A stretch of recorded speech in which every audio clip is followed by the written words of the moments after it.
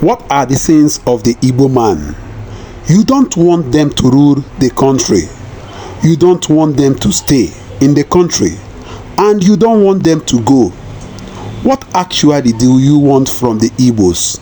I still remembered vividly that months after Bola Tinubu was declared the winner of the 2023 presidential election, the next thing we saw is demolition of Igbo properties in Lagos. In Alaba, the latest was Etiosa.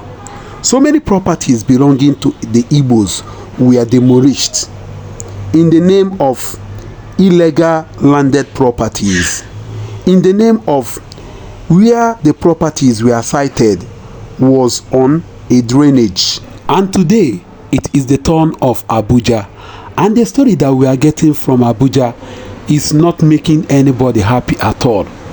That Wike ordered the demolition of landed property belonging to one of the pioneer of estate developers in Abuja by name Ukachukwu and brothers.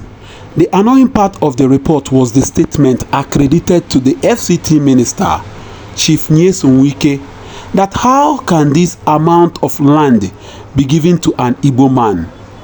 This is too appalling.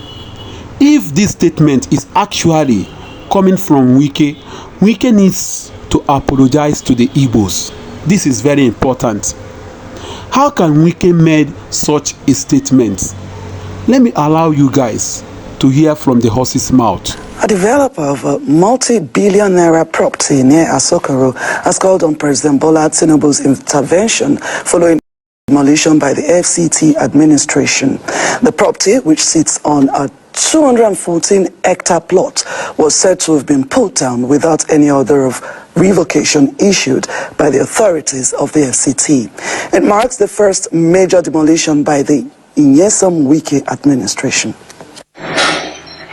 On Wednesday morning, scores of armed security operatives, including soldiers, policemen, and civil defense, surround the 214-hectare property near Sokoro, where multiple luxury duplexes are being developed. After about 6 hours, the buildings, some of which had got to lintel level, and the fence are all pulled down and left in a heap of rubble. The property is owned by one of the foremost private developers in Abuja, Praco Nigeria Limited, led by Linus and Nicholas Ukachukwu. Ukachukwu claims the demolition was done in bad faith. We can call for a meeting over the land. We went with our documents.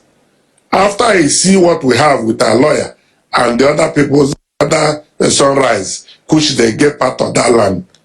And Wike said there is nothing on this, that the court should take effect. After going around the land, his normal ways of behavior, he started shouting, how would they take all this land and give to Igboman? According to him, all the legal title to the property had been obtained, including 2 ministerial approvals, the latest from the erstwhile FCT Minister, Bello Muhammad. He went through all due process, including ministerial approval. We have full final title, certificate, and offer. A certificate of occupancy? Yes, offer to certificate of occupancy. Most alarming, according to him, is that there was no order revoking his rights to the property before the demolition took place. As I'm talking to you now, we are not receiving any documents.